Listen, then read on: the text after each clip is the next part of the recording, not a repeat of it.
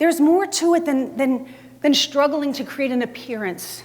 It's not about appearance. It's about the disappearance of metabolic problems that suck the life out of us.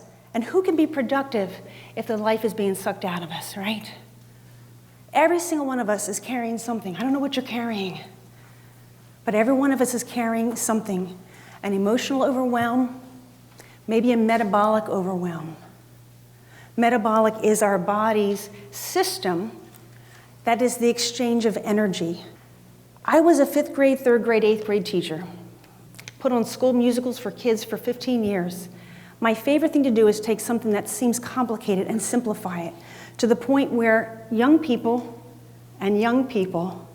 can apply and act on it and literally change their lives. Julie had spoken about small things. Small hinges swing big doors. It's just physics. And once you know the science of anything, how do we send rockets to the moon? That seems like a miracle. Nope. Don't we love science? There's no right or wrong, good or bad. We don't pass judgment on science. Science is just science.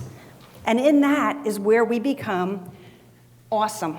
Because when we can apply the scientific principle to whatever it is you're carrying right now, if you have a physical problem, health-wise, even emotional-wise, that's physical too.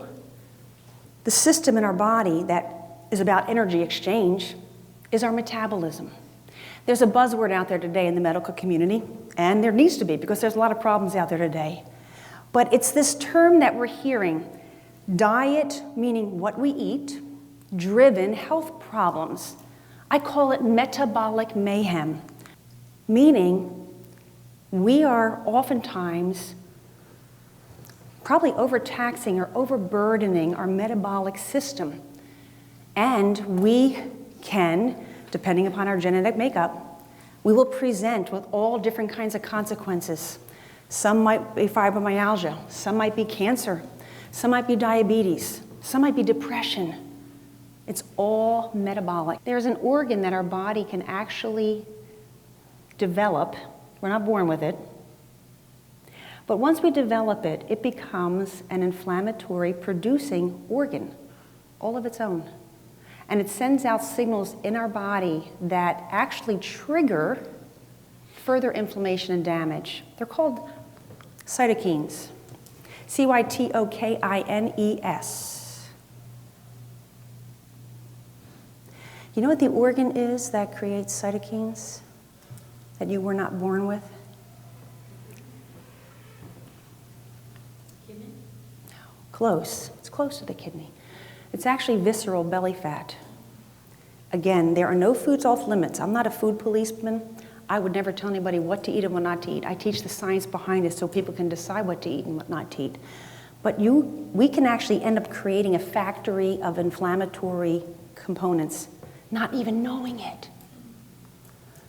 How about dementia, depression, Alzheimer's, and Parkinson's? We know these are all involved with our brain, right? So brain degeneration. Again, a reminder, these are all metabolic situations. These all have to do with energy exchange. And you know what? It doesn't have to be. There are big doctors out there saying out loud now, Alzheimer's is 100% preventable. Yeah, when our blood sugar rises and blood sugar falls, that's part of that metabolic mayhem. Blood sugar will rise and blood sugar will fall. But when you understand how food impacts that, you can make choices based upon what you're trying to achieve. But it's that rise and fall that can really stoke cravings and energy crashes. Big one. Glucose, blood sugar, all the same. What is its relationship to cancer? Thank you. Opposite way around. Blood sugar feeds cancer. So it is cancer cell fuel. So the carbohydrate in our pasta meal or our whole grain, stone ground, blessed by the Pope, slice of bread, will still feed cancer cells if they're lurking. So here's the difference, see? We might all be in the same room for the same amount of years and be breathing in the same toxins from plastics and carpets and, air pollution. But why does cancer develop some of us and other people it doesn't? We all have an exposure. But in SHIFT, we teach people how to create an anti-cancer environment within ourselves. Because we're not going to provide cancer cells with fuel. Chronic low mood and low energy. It's kind of a soft way of describing what my dad has battled since he was in his mid-30s. Good old depression. Good old depression. 80% of our serotonin, which is our feel-good compound, it's created in our gut.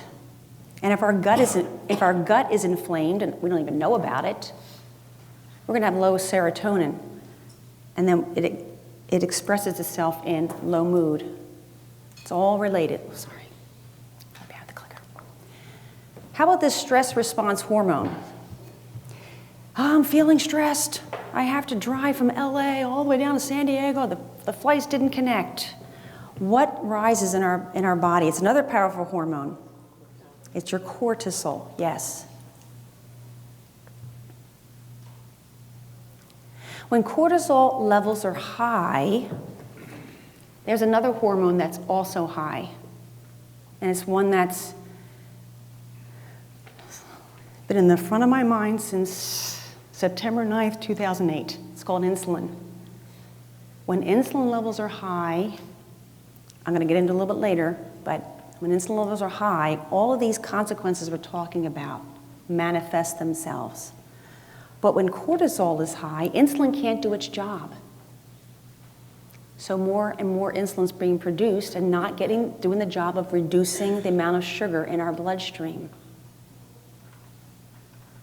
It's also responsible for some of us experience muscle wasting. If we're a sugar burner, carbohydrate heavy eater, we don't understand the value of flavorful, satiating fats in our diet, most oftentimes we will present with muscle depletion because your body can change the protein from your muscle into glucose. We don't even need to eat any carbohydrate. Do you know that? Fat is 100% essential. Protein, 100% essential. Carbohydrates, every single one of them, whether it's a Twinkie or a twig of spinach, is 100% non-essential. Pass the butter, please. And here's the game changer. Have you ever heard of something called advanced glycated end products? These are the corroders, the corruptors, and the compromisers of our health.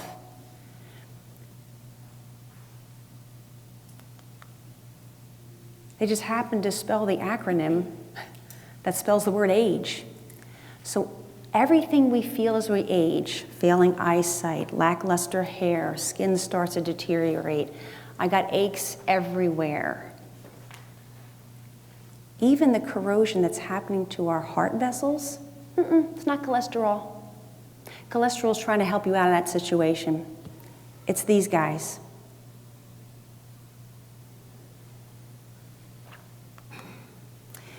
An overtaxed glucose regulating system in our body. To me, and I will say this out loud, the microphone for the first time in my life, diabetes is both a thief and a messenger. And if we are open to accepting the truth of what the science is behind diabetes, then we will have the answer to every chronic problem on the planet today. We all have diabetes. Diabetes is a man-made term to describe that your blood sugar is higher than what the establishment thinks it should be. And that's a pretty good marker. However, we are all subject to the same metabolic pathways in our body. Whether your friend next to you is being called diabetic and you're not, there's really not much difference. Are you carrying any extra waist weight? Do you have any chronic pain? Do you have cancer in your family? How about fibromyalgia? How about rheumatoid arthritis? How about depression and Alzheimer's? They're all manifestations of the same breakdown of sugar from our bloodstream. This is what the sugar burner community runs after. I gotta get my antioxidants, right? I need to eat my blueberries, need to eat my omega-6s, omega-3s, which is all good. Nothing's wrong with that. But we're always trying to chase a situation that's out of control. Because the natural damaging process, especially for people who are sugar burners, we only have 2 energy systems: sugar burner, fat burner. I want to be a fat burner. But sugar burners are especially susceptible. Actually, they're not susceptible. They're being bombarded by free radicals because sugar burning is oxidative, meaning when we burn glucose for fuel, it spits out those electrons that don't have a pair. So that we're causing this ricochet damage. Guess what? Fat burning is clean and it's long lasting. You age slower. Fat burners age slower than sugar burners. And it's easier than you think. Fluid retention. This was interesting. One of my friends, diabetes, 38 years, could hardly walk down the street. When I finally said to him, the reason that you're so bloated is because your damn insulin levels are too high. Because your doctor's prescribing insulin levels and he's telling you to eat to the insulin. We want to eat and then match the insulin to the food instead of the other way around. Because whenever there's high blood sugar, there's high insulin levels. But you never think to yourself, what's my insulin level right now?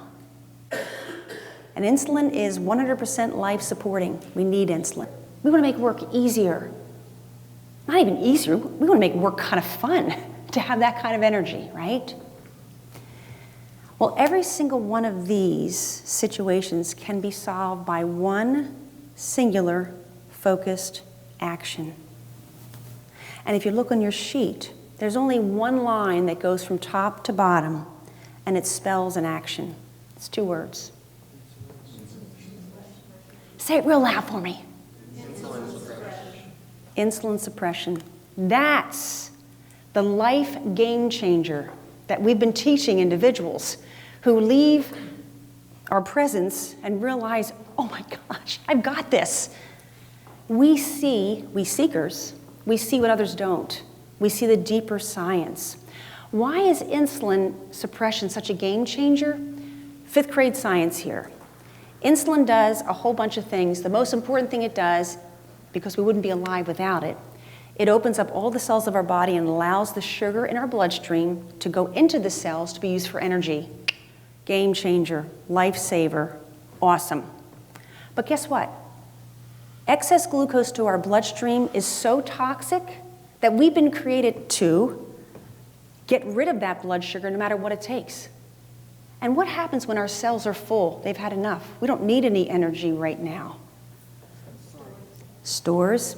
Well, and it stores first in muscle, and it stores in our liver. That's a good thing, because we might need glycogen stores. Glycogen is just glucose, fancy word for stored glucose, ready for action in our muscles. And then in our liver. In fact, every morning, just before dawn, la na na na na na na na, you're waking up, your liver just naturally releases glucose into your bloodstream. So if you have friends with type 2 diabetes and they say to you, I'm high this morning, you can understand why. Everyone's high in the morning. Yeah, blood sugar wise. Okay? But someone had said it out loud. Insulin also has to get rid of that excess glucose, which is toxic, acidic to our body. So now we're going to change the excess glucose to fat. Energy can either be created or destroyed, only changed. So if we're carrying waist weight woes, that's not from the fat we ate. It's from the damn carbohydrate we're eating. And I love me some damn carbohydrate, right? It's good.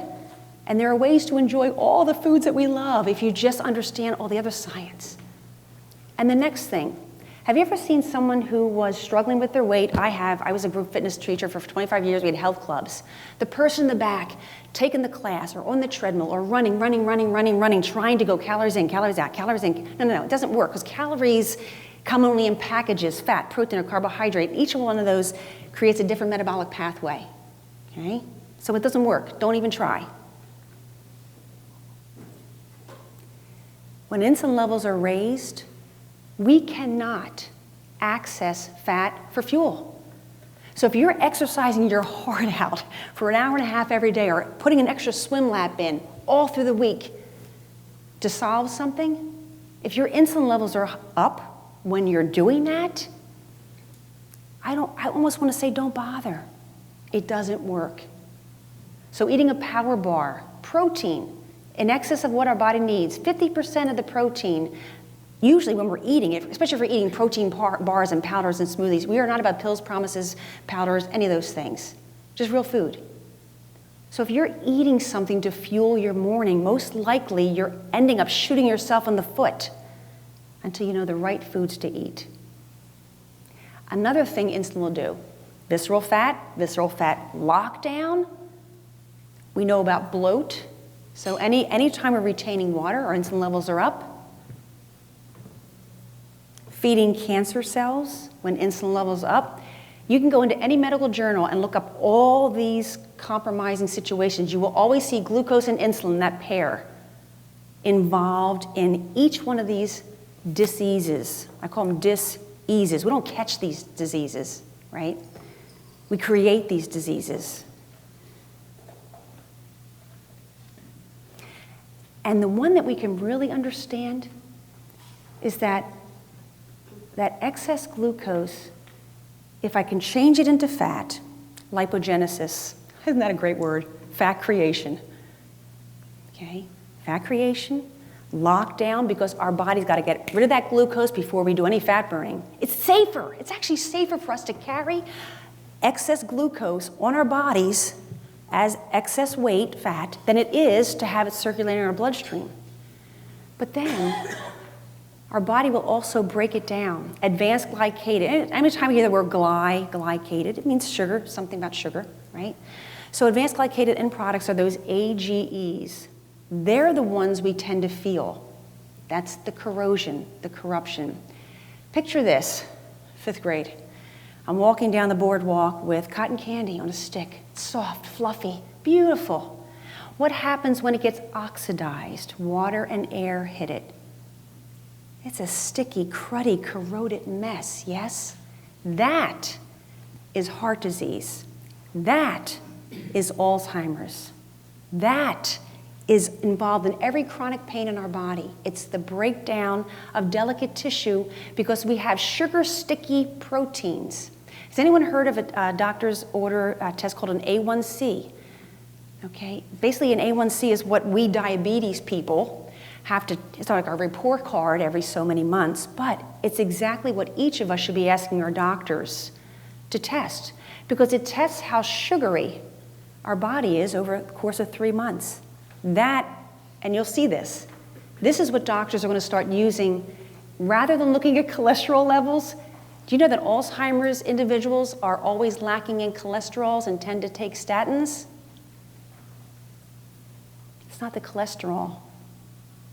Cholesterol is a repairer. It's a fatty acid that supports. I know.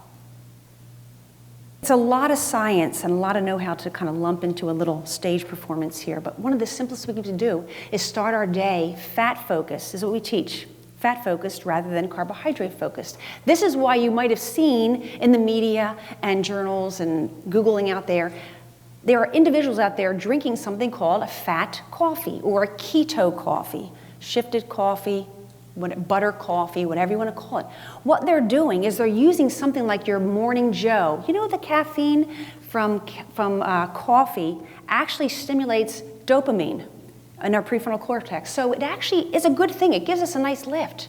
So we can take that beautiful morning beverage, and instead of adding compromising carbohydrate, AKA sugar, and those creamers that have who knows what's in that, right? You know, anything our body doesn't really understand goes into fat storage.